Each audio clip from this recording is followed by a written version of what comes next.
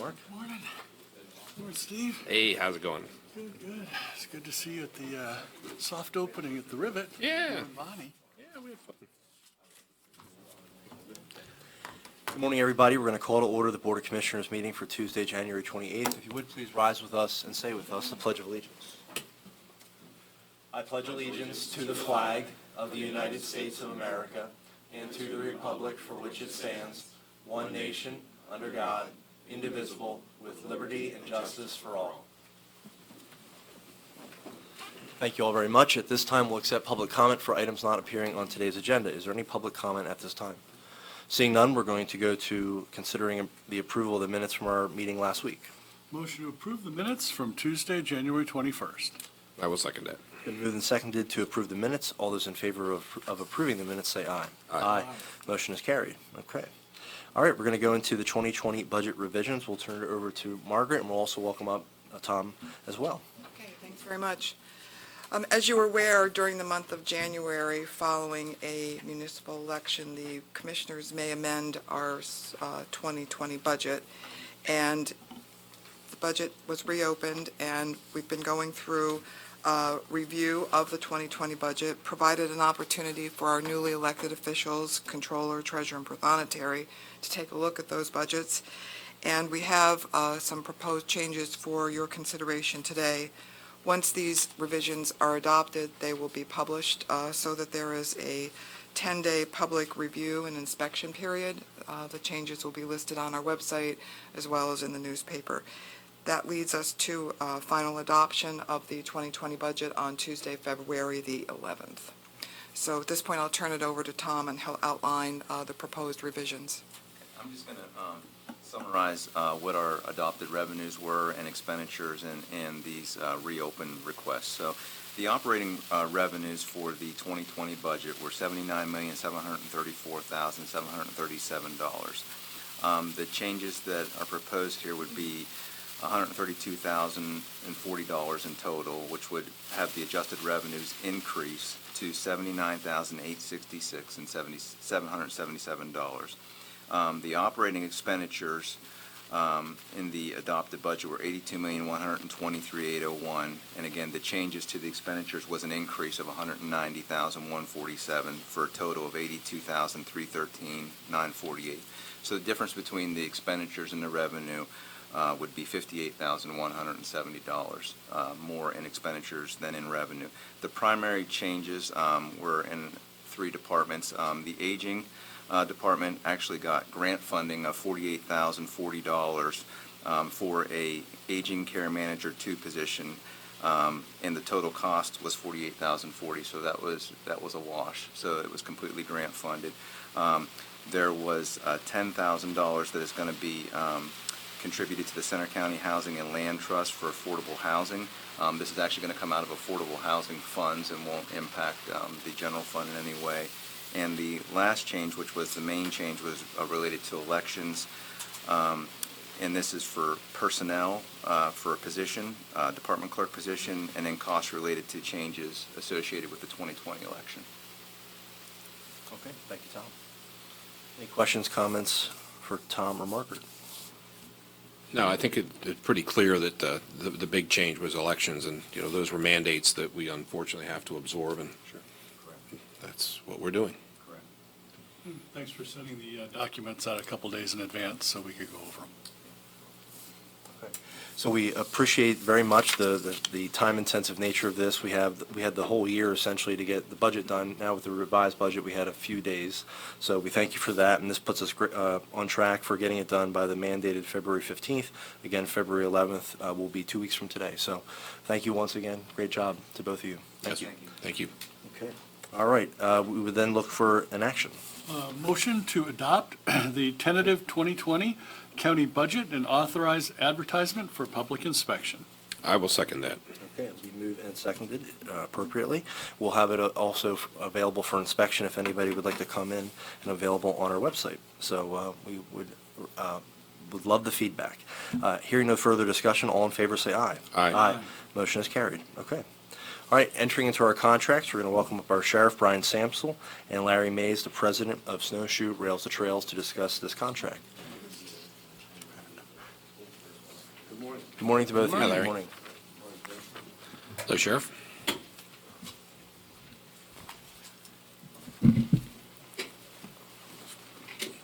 I won't fall. I'll try not to. Anyhow, I'm top heavy now. I just gonna. We're here to present the Snowshoe Rails and Trails contract, and I'll let Larry speak on it. And Yeah, we were just talking, I said we've had a contract with you since 2008, is when it actually started, back when Denny Now was sheriff, and then Brian used to come out and ride four-wheelers on the trail.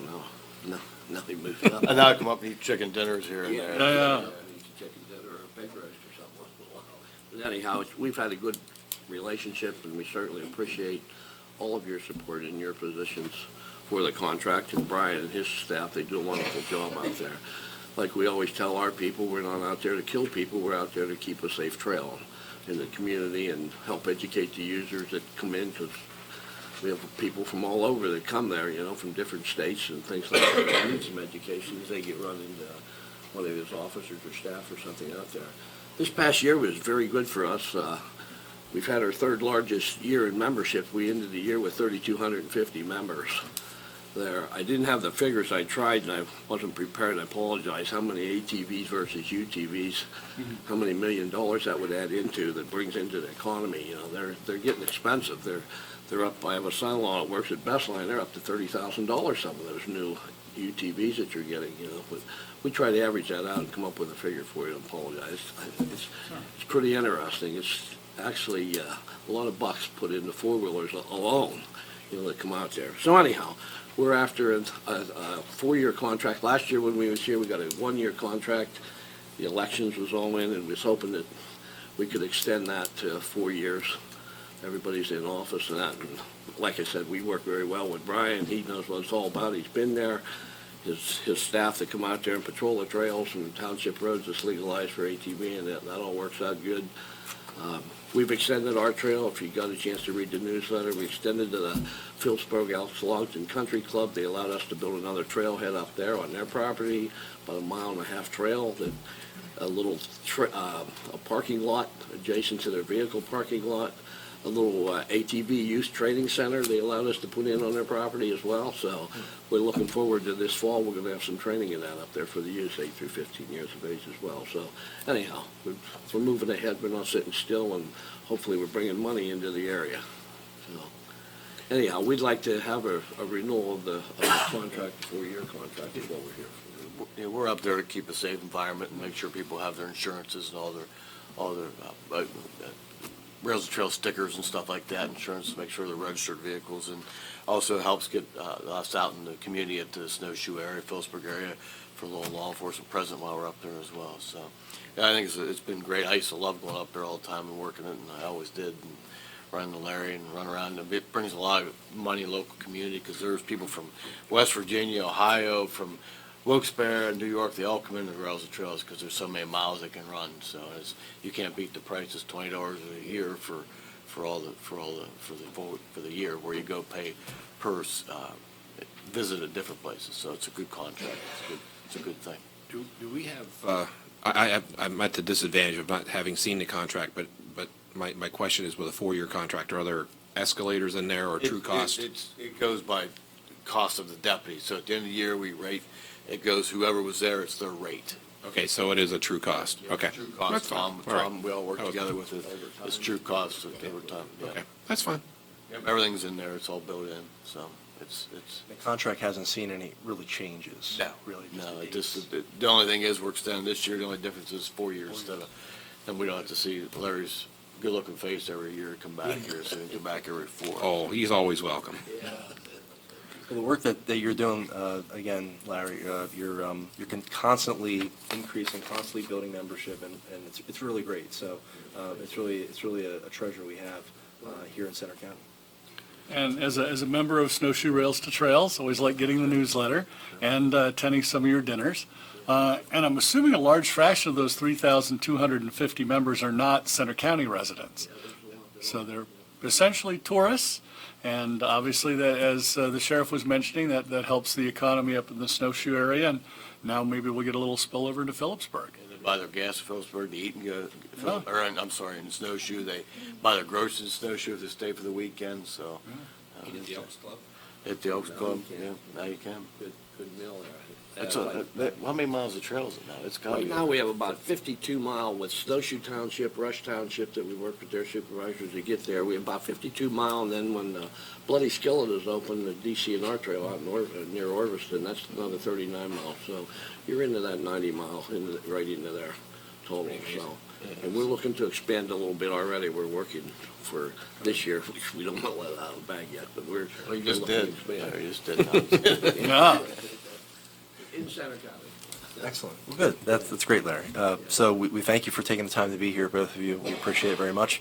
We look for a motion. Motion to add the contract renewal with Snowshoe Rails to Trails Association in next week's consent agenda. I'll second that. It's been moved and seconded. Any final discussion on that? Hearing none, all in favor say aye. Aye. Motion is carried. Thank you, Thanks, both. Larry. Appreciate it. Thanks, Larry. Okay, next on the agenda, we have a contract with our treasurer's office. We'll welcome up Colleen Kennedy to discuss the contract. Good morning, Colleen. Good morning.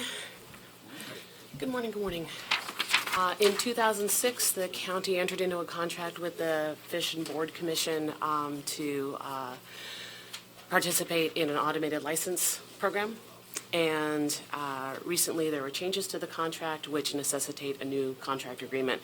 There were some very minor changes made to the contract. I can summarize those for you if you like. The only new additions, if you have copies of the contract in front of you. We would not know. You don't? Okay, I didn't know if you did. They added just a few provisions under the issuing agent responsibilities. New items include provide and maintain a personal computer that meets PFBC prescribed requirements, provide a high-speed internet connection, provide and maintain a valid email address that's monitored and used by the issuing agent. And another one,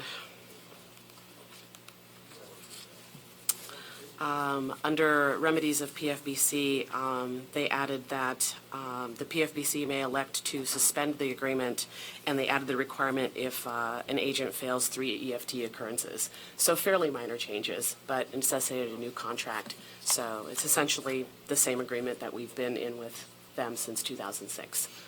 And I would assume this is for This is for fishing licenses. fishing licenses. Exactly. Okay, My okay. apologies. No, that's okay. That's okay. So we would look forward to the continued partnership with Pennsylvania Fish and Boat Commission. Any further discussion on these questions? Okay, all right, would there be a motion? Motion to add the contract with the Pennsylvania Fish and Boat Commission in next week's consent agenda. Second that. All right, it's been moved and seconded. Any final discussion? Hearing none, all in favor say aye. Aye. Motion is carried. Thank you very much, Colleen. Thank you. Next on our agenda is emergency management. Welcome up Jeff. Good morning, Jeff.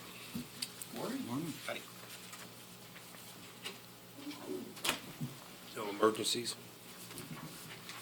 I would like to ask the board to endorse the Hazardous Material Emergency Response Preparedness Report, which is part of the Hazardous Material Response Fund grant.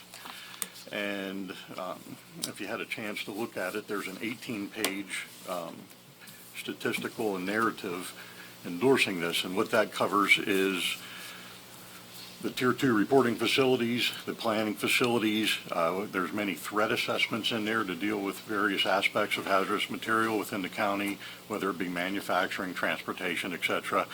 And there's also documentation of our hazardous material response teams, their certifications, and also the training that the county provides for all first responders in hazardous material response. So I would ask that you endorse, and I'd like to point out you have to hand endorse this particular document. It's an attachment, it's a certification for this, and then we will download it into the single audit system. I wanted to point that out because you're mainly dealing in electronic signatures with us right now. This one's different. And that is all. Okay, thank you, Jeff. Any questions for Jeff? Okay. Hearing none, is there a motion? Motion to add the emergency response preparedness report to next week's consent agenda. I'll second It's been moved and seconded. Any further discussion? Hearing none, all in favor say aye. Aye. Motion is carried. Thank you very much, Jeff. Thank you. Thank you. All right, we're going to welcome up Chad to discuss a contract renewal. Good morning, Chad. I have a contract for consideration with Central Square Technologies. They provide the annual maintenance and support for our Finance Plus software, which is used by all departments throughout the county. It's a one-year contract for $37,562.15, starting February 1st, 2020, and running through end of January 2021. Okay, thank you, Chad. Any questions, comments? That is the latest and greatest version? It's going to be, we're looking at move into potentially a newer version this year, but that would be included with this. Hearing no further questions, would there be a motion? Motion to add the contract renewal with Central Square Technologies to next week's consent agenda. Second it. It's been moved and seconded. Any final discussion? Hearing none, all in favor say aye. Aye. Aye. Motion is carried. Thank you, Chad, very much. Thank you. All right, we have a few human service items. We'll welcome Natalie at this time. Good morning, Natalie.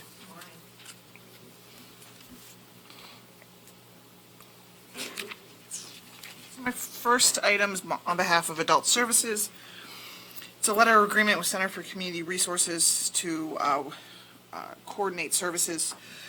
Office of Mental Health and Substance Abuse often likes providers to show linkage with other agencies, human service agencies throughout the community when they do certain services. You'll see another one later by a different provider for the same reason. So CCR reached out to Adult Services, especially when it comes to some of the housing crises that they might help individuals with, and wanted to have that type of coordinating agreement. So it really just talks about the referrals that we would each share, the collaborative work that we would do together. In terms of who writes the agreements, is it something that's pretty standard across the board for? Pretty Yeah, standard. okay. CCR and the other one that we'll do later, they all send it to us, and then they put that together in their licensing packet when the state comes in and reviews. Gotcha. Okay, great. Thank you. All right, any other questions for this item? Hearing none, is there a motion? Motion to add the letter of agreement with the Center for Community Resources to next week's consent agenda. Second it. It's been moved and seconded. Any final discussion? Seeing none, all in favor say aye. Aye. Motion carries. So the first item is a contract with Center for Community Resources, and we are doing this separate from our overall contract that we have with them specific to drug and alcohol. So it will include after-hours detox admissions and screenings. They will do this service for us. Typically, we have absorbed that into our overall crisis contract before, but drug and alcohol-wise, we thought we'd pull it out and have it specific, so it'd be funded under specific drug and alcohol dollars for them to do this for us after hours, since we use them as our on-call system, so.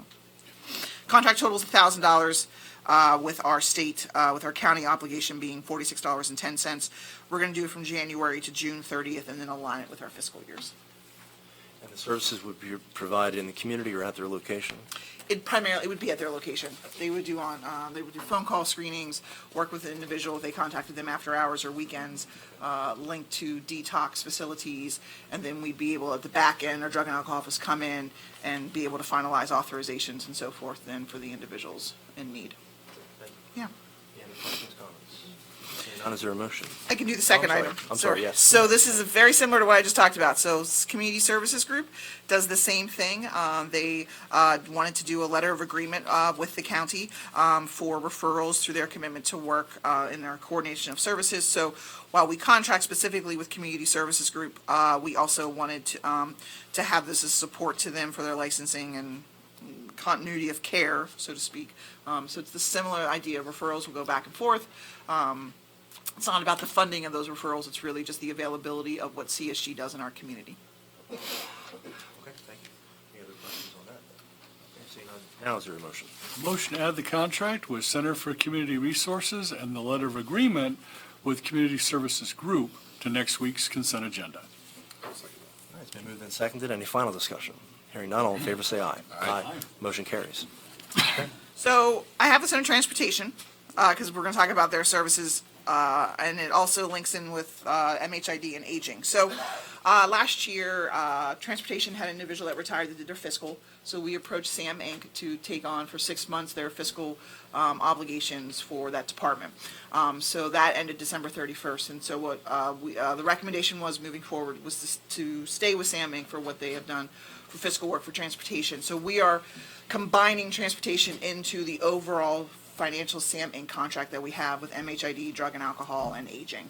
And so what you have are the amounts per month that transportation will do, which is $4,000 a month, and then a 2% increase for the 2021 contract year. So then all three departments technically will be on the same contract with the same obligations that Sam Inc. would have toward all of us for their work, and then it would end at the same time to be able to negotiate further if we want to. Sure. Any other Go ahead, please. Yeah. And then the second thing is the community services group. So it's just the same for transportation. It's just highlighting the working relationship that transportation has with community services group. Just overall, not necessarily about money, but for the services that we provide in this community collectively.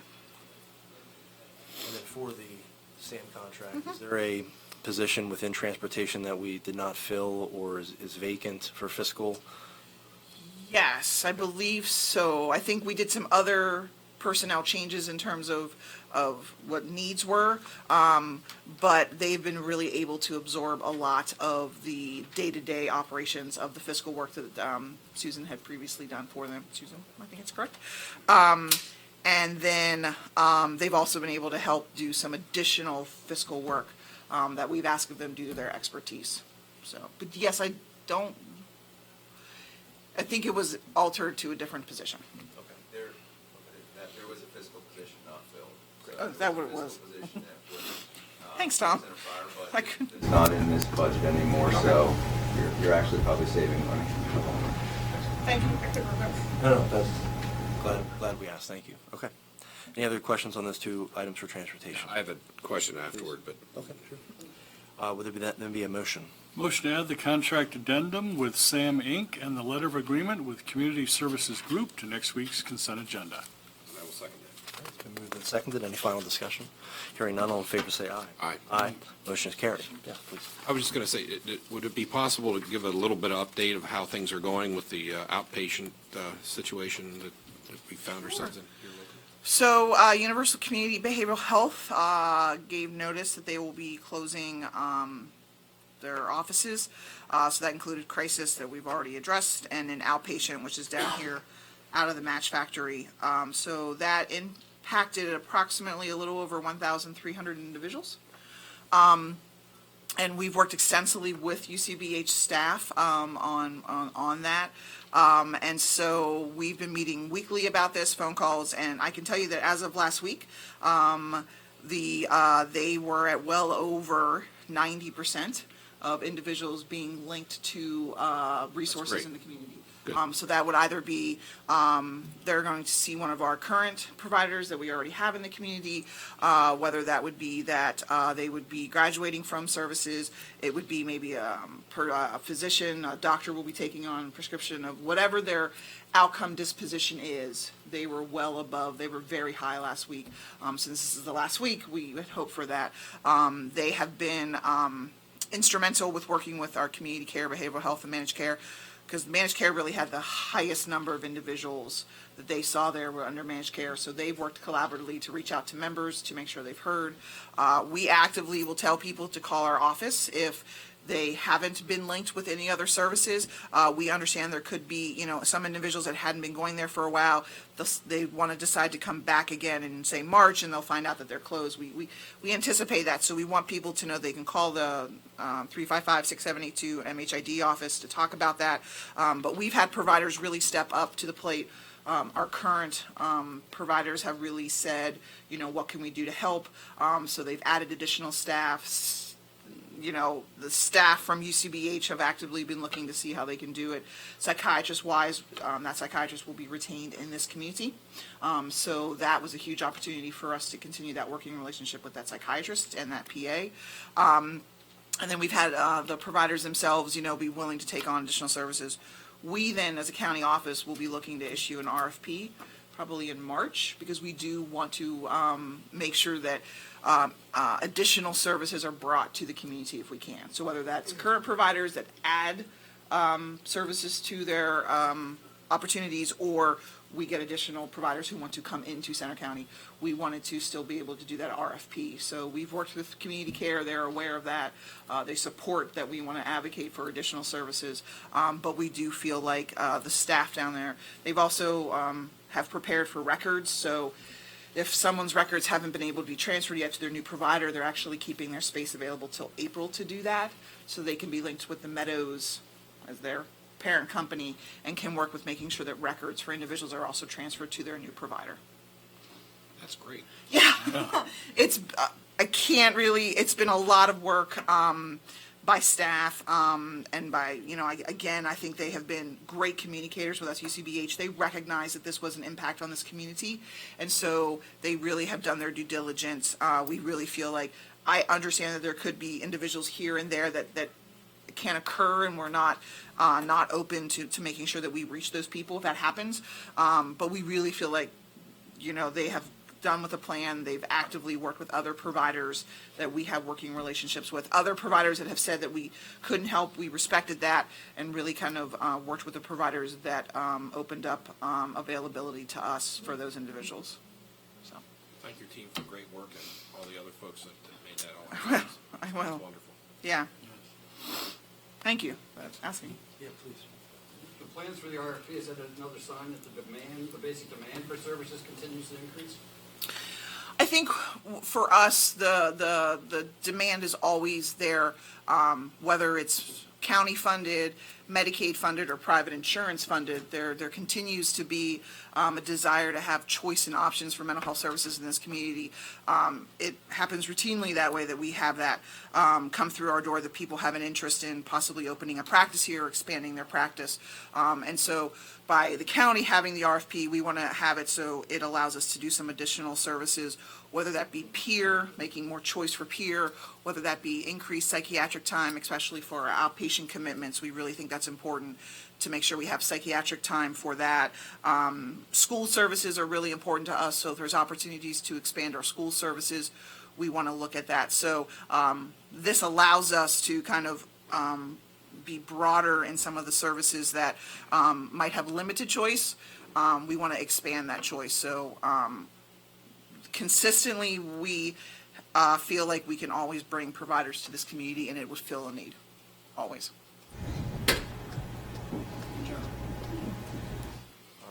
All right. Thank you, Natalie. Okay. Yes, sure. Thank you. Thank you. Thanks. All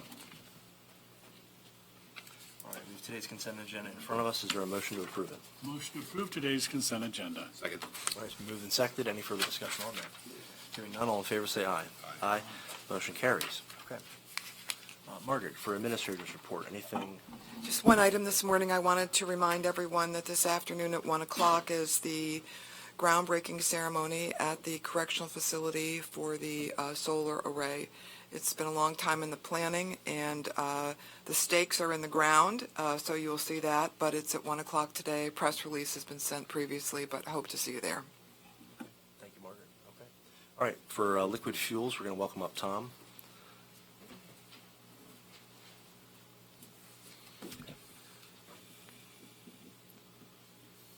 So I'm just asking for approval of submission of the 2019 Center County Liquid Fuels Tax Fund Report. This is an annual requirement. It has to be submitted by January 31st to the state. I just wanted to highlight briefly, we received in the Liquid Fuels Fund $188,220 this year in two payments from the state. We were able to disperse $241,400 to 9 different townships and boroughs to be able to complete road projects. It was a pretty busy year this year in liquid fuels. But again, this just summarizes all this information. It's submitted down to the state. Okay, sounds good. Any questions for Tom? Hearing none, is there a motion? Motion to approve submission of the 2019 Center County Liquid Fuels Tax Fund Report. I'll second it. It's been moved and seconded. Any further discussion? Hearing none, all in favor say aye. Aye. Motion is carried. Okay. All right. And the second thing is, again, a submission of the 2019 Center County Fee for Local Use Fund Report. Very similar, again, to liquid fuels. Within the year of 2019, we received 2 payments in a total of $584,195. We had our first 2 disbursements this year in the amount of $80,454 to 2 different townships and boroughs. And again, as part of our budget moving forward for 2020, again, we have a lot of projects set up for that. So we'll start to, as we pay them, you'll see them on these reports. Okay, sounds good. Thank you, Tom. Any questions for Tom on this? Hearing none, is there a motion? Motion to approve submission of the 2019 Center County Fee for Local Use Fund Report. I'll second that. All right, it's been moved and seconded. Any final discussion? Hearing none, all in favor say aye. Aye. Motion is carried. Okay, thank you, Tom, very much. Thank you. Okay, under our discussion items, we're going to welcome up Ray to just talk about Census 2020 and a request from Bellefonte. Good morning. Good morning, Ray. As you know, last July, the commissioners adopted two resolutions, one to support an accurate count throughout Center County, and the second would be to develop a complete count committee for the county, and we've been meeting since that time. As you know, one of the responsibilities of a complete count committee is to get awareness out to the county and to the municipalities that the census will happen on April 1st. We've been meeting on a constant basis, not only with our complete count committee at the county level, but also with Penn State University, Bellefonte, and State College area. At our last county complete count committee on January 14th, both Mayor Tom Wilson and Joanne Tostavesi attended that meeting. And one of the awareness and outreach items that they're approaching is putting up a street banner on High Street. They requested that I appear in front of the board to request a cost share for that banner. They have a proposal which we provided from Victorian Signs for a 3-foot by 22-foot banner for the 2020 Center County Census Awareness Campaign, and that's at a cost of $730. And they would like the county to have a cost share of at least 50% of that sign. Joanne and Tom could not make it today. They apologize for another commitment. Well, it sounds like from the figures we've heard, if just one person would see that sign and fill out the census, that it would be about $2,000 additional we would receive in terms of some of the figures. Per year. Yeah, per year. So For a decade. Yeah, for a decade. Yeah. So that sounds like a pretty good investment. And we are the county seat, we're here in the county seat of Bellefonte, so I think it'd be a good partnership. But any concerns or? No, other than we just passed a budget that doesn't Oh. include that. We do have it's still amendable. It's not the And we do final. have just- contingency too. That's right. We do have I contingency know, as well. I'm just saying, it's just, Yeah. the budget's literally, minutes old. Well, it's not the final budget. We have 2 weeks. I know. 2 weeks. 2 weeks. So we can still add that in there. I have no Yeah. problem. Okay. That's- All right. Well, and with Bellefonte, Sure. yeah, with Bellefonte being the second fastest growing area in the county, and with their recent ranking of second best town to live in Pennsylvania, up from 10th last year, I certainly think it's money well spent to remind all the new residents of Bellefonte, please fill out the form, go online. Let's not have a census worker having to knock on your door. It's quick, it's easy, and it's $2,100 a year of federal revenue for the state of Pennsylvania, the county, and your local municipality. And one of our low-cost approaches has been to develop our census webpage on the county webpage with a numerous amount of resources for people to access. For example, the proposed survey that's going to be going out is on our webpage so that people get familiar with what questions will be asked. So that was a great low-cost alternative to get the information out for the county. And with Pennsylvania slated to lose at least one congressional seat, maybe two, it'd be better if it was just one. And sometimes the difference between being on the right side of the bubble or the wrong side of the bubble is literally a couple thousand residents statewide. Yeah. So we look forward to seeing the banner up in Bellefonte, and whatever we need to do to finalize that will happen behind the scenes. But thank you, Ray, for the presentation. Yes. Thank you. Sure, we could do that. Yeah. Yeah. I'm sure Bellefonte Complete Count Committee is appreciative of that as well. Would there be a motion to authorize the cost sharing of the banner? Motion to approve the cost sharing of the Census 2020 banner on Bellefonte's High Street with the Borough of Bellefonte, with the county to pay 50% of costs. I will second that. All right, it's been moved and seconded. Any final discussion on that? Hearing none, all in favor say aye. Aye. Motion carries. Okay, thank you. Thanks, Ray. Thank you. All right, Commissioner Higgins, our check run. Sure. We have another smaller than normal check run of $696,438.41. Keeping with the Bellefonte theme, this check is to Weber Murphy Fox Incorporated, a local architectural firm that we're having assist us with the remodeling and updates at the courthouse, including the installation of the sprinkler system. I was at the courthouse yesterday to be sworn in to my 33rd Authority Board and Commission. And I noticed we have a nice new handicapped accessible ramp coming in at the front of the courthouse because the back of the courthouse will be removed soon. Would like to thank Weber Murphy Fox for their great work, and we'll make the motion to approve the check run dated January 23rd.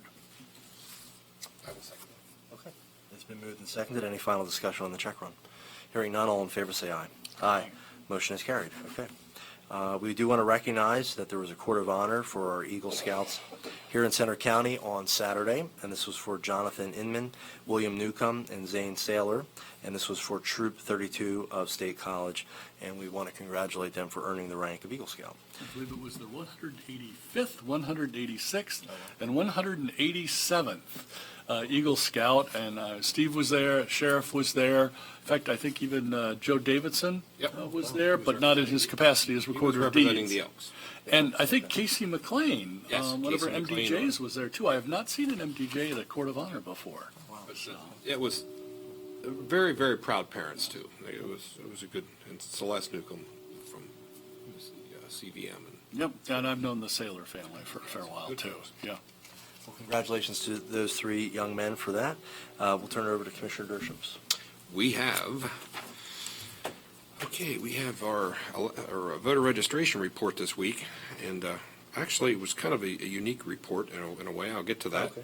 There are 109,140 registered voters in Center County as of this week, 45,882 Democratic registrants, 155 Green Party, 675 Libertarian, 14,672 no affiliation, and 42,918 Republicans.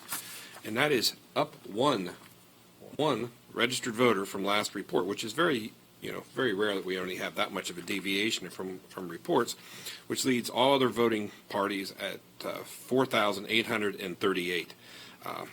Now, this is also this week. I'm going to start at the beginning of the minor parties, and it's the Adjourn party. I think the Adjourn is some sort of Star Wars related